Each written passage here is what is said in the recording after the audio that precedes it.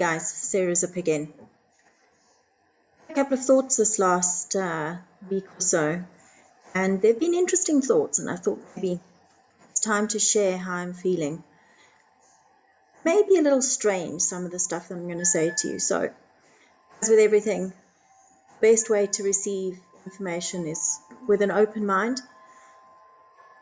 Have a look at it, see how it sits, and if there's anything of interest to you, great.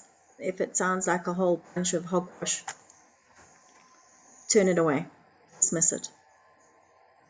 What's been coming up for me is that I believe that what we have been taught, many levels, is not quite the truth.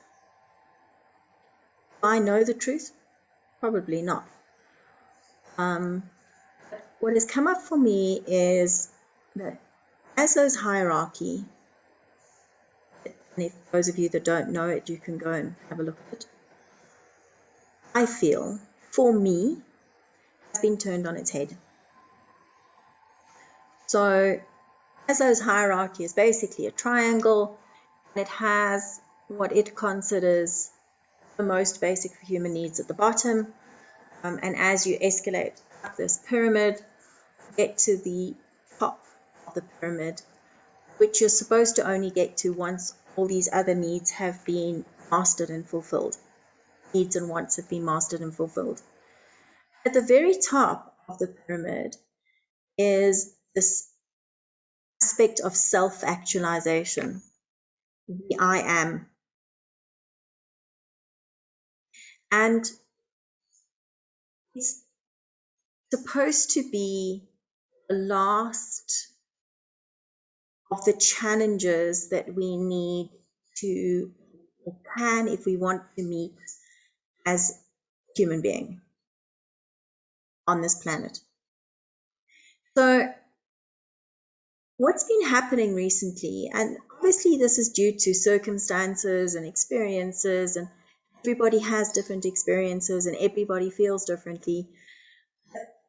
I had a strong feeling that this whole self-actualization story, or this I am because I am story that sits right at the top of Maslow's hierarchy, for me has been flipped. In other words, it starts, my future going forward starts with self-actualization. Knowing who I am, what I am, and the role that I have to play on this planet at this time seems to be the most important thing for me. Out of that, and the knowledge gained and the belief, etc., that I have gained from that, you put yourself in a position where, when you know who you are, what you are, and what you're doing, you can actually create all of the other wants and needs that Maslow describes. So turning the whole thing upside down and saying, well, let's start with asking the questions, who am I, what do I want, where do I fit in, and assist me in building up all the rest of the other things that I might need and might want. For a long time now, I've been feeling that there's a massive gap between what I'm capable of doing, what I'm yearning to do, and what it is that I'm actually doing. Is this our paradox where I have a yearning and a deep desire to be doing certain things, yet in this physical plane, there's other things that I need to do. And those other things that I need to do are in my mind because of Maslow's hierarchy. They're the basic needs, the basic wants. Yet, what I know that I really need to be doing and contributing to this earth and to this planet and to the people, etc., at a different level and at a different dimension. And once I have those sorted out, the rest will fall into place. So when these deep desires are not met, we're seeing that, I'm seeing that a lot as a life coach. When those deep desires are not met, when that yearning, that deep down yearning, we may not yet be able to identify what it is that we're yearning for, but when it's not met, it leaves this gap, this hole, this sense of incompleteness, the sense of unworthiness, and onto more emotional problems like depression, grief, fear, anxiety, etc., etc., etc. Then there's the other side that people say to me about this whole thing, and that is, how can I have a deeper yearning to be something else or contribute at a different level when I can't even look after myself? Again, that's the whole education side of the Maslow's hierarchy. Unless we're able to look after ourselves properly, we can't give to others. Now, there is an element of truth in that if you don't love yourself, that if you, you're completely falling apart, you can't, you haven't got your own oxygen mask on, you can't support others. Sure. What about the fact that others can support you? And in that process of this reciprocity, you are gaining an aspect of yourself that you wouldn't be gaining if you weren't openly sharing. So that in itself could be satisfying a part of the yearning. So if you are seeking intimate relationships, or you're seeking a better career, or you're seeking all sorts of things, putting yourself in isolation and not sharing those desires, those yearnings, because you feel too depressed, because you feel you're not worthy, well, those things will never come to you. Here's what I want to say to the women that are listening. This is very important right now, is that historically, we went from a position of being nurturer, the caregiver, the stay-at-home mom, etc., etc. We transited through into becoming business people, becoming qualified, becoming experienced, etc., etc. And we stepped into what was ostensibly a masculine world. The masculine world operates from a point of logic. Masculine brain is very, very logical. And so that's where this whole process of goal setting, micromanaging, writing everything down, determining exactly what it is that you want, sort of how do you eat that elephant? Well, you break it down piece by piece, etc., etc. That's a very logical, methodical way of doing things, and hence a very masculine way of doing things. Now, it suited a bunch of us because that's often how our brain works. But as a woman, we are far less logical. Now, that's not inflammatory in any way. Let me give you an example of what I mean. Give an illustration. If somebody were to say to you, you are going to carry a baby in your womb for 9 months. It's going to make you sick. It's going to make you uncomfortable. It's going to be a painful process delivering. It's going to be a noose around your neck for the next 20 years plus. It's going to be financially draining. It's going to be emotionally tiring at times. There's going to be a lot of pain and a lot of unknown worries, etc., associated with it. Somebody had to describe that to you. Your logical brain would say, "Oh, not for me. This isn't going to happen." Okay. We despise logic. We say at that point, "No, logic, stay away.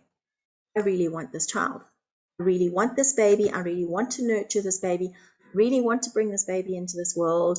And I will go through everything, albeit as painful as you tell me it's going to be. Give me all the negatives on this planet. It doesn't matter." We make what is ostensibly an illogical decision to go ahead and have a child. Now, this is the way women operate. They operate a lot more out of the box than men do. A lot of the time you will hear men complaining, saying, "What she says makes no sense." Well, exactly. It doesn't make sense. Okay. And that's because we add this extra component to life. That is the bit that doesn't make sense. That's the feminine bit. That is because a lot of the time we work from intuition, work from levels of intuition that just don't follow logic. We'll say something that comes from our source of intuition that people will look at us and go, "That's crazy. There's nothing logical about that." That's the point. It's not. Okay.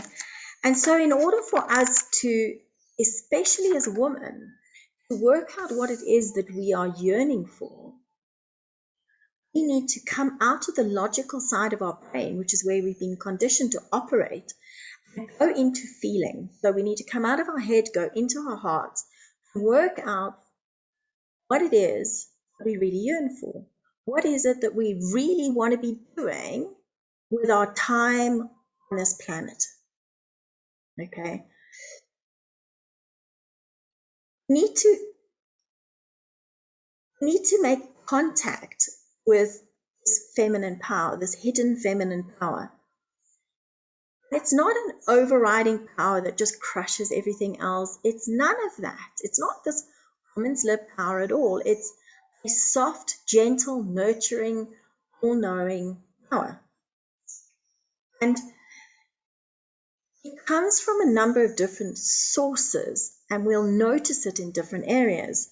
Some of the areas is that we have this authentic confidence. So it doesn't matter what's happening in our lives, how diminished we should theoretically be feeling, we have this confidence that's a completely natural, well-founded, well-rounded, well-formed, authentic confidence. Okay? Where it's an automatic thing for us to be valued and to be recognized, to be compensated for that value that we bring. Another area would be in our relationships, in love and in intimacy. When we step into our feminine power, we start to look for relationships that are a two-way road. A road that grants us growth. A road that grants us the ability, or a relationship that grants us the ability for intimacy. For intimacy. By being with you, I'm able better see who I am. If I like what I see, great. If I don't like what I see, not so great. Able to tap into this power to see what our unique gifts are, what our unique talents are, and how we're able to impact on others using these gifts and these talents. Able to live more prosperously, more richly, more purpose. become, and this is very much linked to our authentic confidence that I mentioned earlier, we become more confident each step we take. We become more confident. We can manifest these yearnings and these desires. And in most instances, when we step into this power, we are able to see how we are able to ignite and give joy and meaning to the people that come into our space. But the very first step is the knowledge that we need to let go of the masculine control, this planning, this goal setting, this, okay, this is where I want to be. How do I get there? Well, I need to do this and I need to do that and I need to do this and I need, no. Okay. That doesn't mean that you're going to go, okay, well, you know, if it's meant to be, it'll be. No, not that either. It's about capturing that yearning, okay, and then becoming completely aware of our own intuition. Intuition that is so much more powerful than the goal setting. We take the synchronicities as they pass across our path and go, hang on a second, maybe I need to make contact with that person. Maybe that person's come into my life for a very specific reason. Maybe this person has something they need to say to me. Maybe I need to reach out to that person. Following intuition all the way. And as we do that, is this opening. This almost becomes like a flower that opens from the center out, where people are starting to be attracted to you and starting to go into people's space through the weirdest ways, just unexpected ways. And you start to be aware and you start to know that you've got a yearning, and you start to, even if you don't necessarily know 100% what that yearning is, but you know that there's something. When you start to do that, people start to cross your path, and it could be people you've known for a long time, it could be people that you've just recently met, it could be all sorts of things. And I can go into a ton of stories like that happening in my life right now. This is more about a general picture.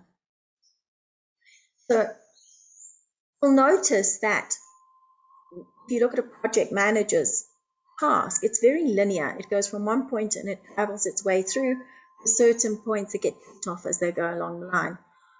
Well, when working with intuition, you're working with the opposite of male linear logic, and you're working with intuition and more illogical things, concepts. They're not linear anymore. They seem to all be bundled, and it's a bit of a spaghetti junction, and they come up when they need to come up. They don't follow a particular pattern. And what we've got to do to start this process is really just commit. Commit to the process of letting go of the control, letting go of the goal setting side of it, learning what our intuition is saying to us, learning how to even listen to our intuition, because most women have cancelled their intuition out completely because we've been so conditioned not to listen to our intuition. So that learning to listen to your intuition and then trust that intuition and then respond to it and act on it is a very difficult process, and it's not going to happen instantaneously. For me, the reason it's happened is the incredibly tough times I've gone through in the last 4 years. Incredibly tough times. Where I have no being qualified in the fields that I've been qualified in, which is an incredibly masculine area, where everything is linear and everything is logical and everything is methodical, to that being broken down. I can say through no choice of my own, but of course that's nonsense. We all know that. This more illogical, more ethereal, non-tangible experience. We need to break free from this own inner glass ceiling that we set for ourselves, these old beliefs about how things should be, how you should think about your goal, set your goal, then you plan it and write it down and break it down and etc. No. No, that's how I was trained. That's how I was brought up to believe. And until just recently, I believed the same thing. Okay? But to let go of that old story. Are we still relying on the old story of our lives to set the path for our future? So are we saying, well, because this happened in my past and because this is where it's always happened, this is the way it's going to go forward? Because that's your choice. I'm suggesting that if you didn't enjoy your old story, it's quite easy in this moment to change it. Use something else. Use your intuition to try and, instead of your past experience, use your intuition, your yearning, to determine what your future path is. Now, goal setting is always working in the future. We can't determine our future anymore. That we've really worked out in the last couple of years. I can work with my now. So if my yearnings are, my intuition is now, I can work with now. Because now is where I have the power to work. I don't have the power tomorrow. I don't have the power in my history. But right now, I have the power. My intuition says, I need to do this video. Okay. So, in nature, I don't believe there's such thing as goal setting. Take a caterpillar as an example here. Random example. Caterpillar crawling along the ground. Okay, this fur, it can be furry, it can be beautifully colored, it can be anything it likes. Okay, it's just getting on with its life. It's doing what it needs to do right now. That's probably right now looking for food. Well, it doesn't know anything else. It doesn't know that it's about to go through a massive transformation. That means that it's going to climb into this cocoon. It's going to be completely enclosed. It's not going to be able to see anything. It's going to be completely dark. Then it's going to come out as this most amazing butterfly. Now, I come across a lot of people who don't like caterpillars. I've yet to come across somebody who doesn't like a butterfly. It's one in the same being. It's one in the same entity. Okay? It's not goal set. It's not planned. Caterpillar didn't go day by day saying, I need to eat this amount of food today and this type of this and this tomorrow, that the next day, in order for me to become a butterfly at the end. No, it was a completely instinctive, intuitive transformation. And that's what we as human beings need to learn to do. We need to learn to trust our intuition enough that we allow our future to take on a different image because we're using intuition instead of trying to control the outcome.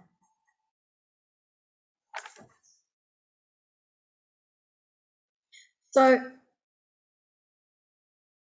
this intuition is a connection with universal intelligence. I don't really know how else to put it. Okay, a lot of people call it different things. It's really just a connection with universal divineness or a universal intelligence. It's there. It's all there. It's just waiting for you to accept intuition to come through, and then to trust that intuition, and then to carry that process out. In spite of the fact, here's the thing, in spite of the fact that it may feel very awkward. Well, why does it feel awkward? Because you've probably never done it before. This isn't the way you operate, right? You don't just randomly meet somebody, decide, hang on, there's a connection here, I need to contact them, I need to reach out for them. And you pick up the phone and you say, hey, you might not remember me, but I'm that little grey-haired chick that you met the other day. I've got this absolute call to have a cup of coffee with you. You know what the funny thing is? I've now done it more than a few times. Never once has anybody turned around and said to me, I have no interest in connecting with you. The phone is gone. Never, never once. Every time I've done it, they've said to me, sounds like a great idea. Why don't we have coffee? It's just our programming that makes us fear this type of stuff. When we're being authentically who we are, when we can pick up the phone, we're authentic about what we say, people will not judge us. Try it. You'll be amazed. Intuition will become then the most powerful tool in your toolkit. As long as you can stay authentically you, you're just fine. You'll see how everything starts to unravel around you in a really good way. The only action that you will need to take once your intuition has told you what it is that you need to do. Next thing that's important is we as human beings are largely taught not to turn to other people for support. Okay? Some element of shamefulness, or shame, probably a better word, attached to the fact that you may need help, may need support, may need somebody as a running partner, so to speak. We are taught that that's failure. We should be able to rely on ourselves and ourselves only. Again, please don't mix this up with looking for a life partner, who's your total support. I'm not talking about that. That's another aspect. It's, a relationship discussion. What I am talking about is this dropping the shame associated with asking for support from other people. You don't need to feel unworthy by doing that. And you'll be amazed how many people do want to help. Many people there are out there who are willing to support you. And it's not necessarily close friends and family that you already know, because those close friends and family know you have known you for a long time, and they expect of you what they're used to. When you come to them with something new and you're not what you used to be, there's a fear there. And you'll find that often your close friends and your family turn away from you because they don't understand you anymore. And they're not using the same power of intuition that you are. So they're no longer on the same page with you. And they will find you will lose friends and you will lose family. You need to learn to use synergistic relationships of collaboration. If there's groups of us together who think the same, who can build powerful, I want to say enterprises, but I don't mean it in a business sense. I mean it in an all-encompassing sense.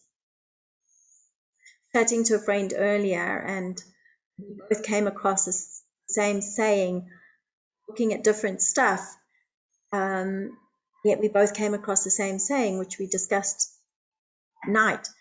It's the saying about geese and how when geese fly together in formation and they support one another in their V shape, they save 71% of their energy by doing that. And that's exactly the same with us as human.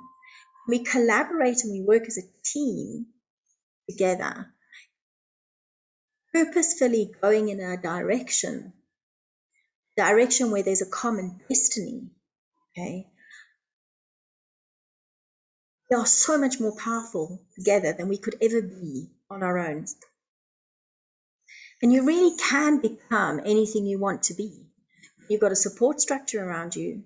You know what your yearning is. When you're following your intuition, you're only looking for things in your life people in your life that lift you up and don't bring you down. Okay. There really is nothing stopping you from being anything you absolutely want to be. Okay. The thing is that it takes time and it takes learning, and you've got to not give up hope. What you have to do is give up this whole strategizing, this whole working so hard at getting this result. Okay.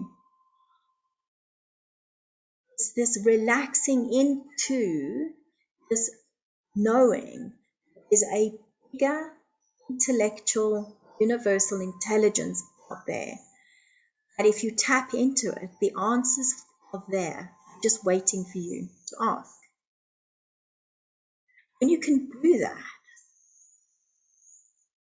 you can share this with so many other people.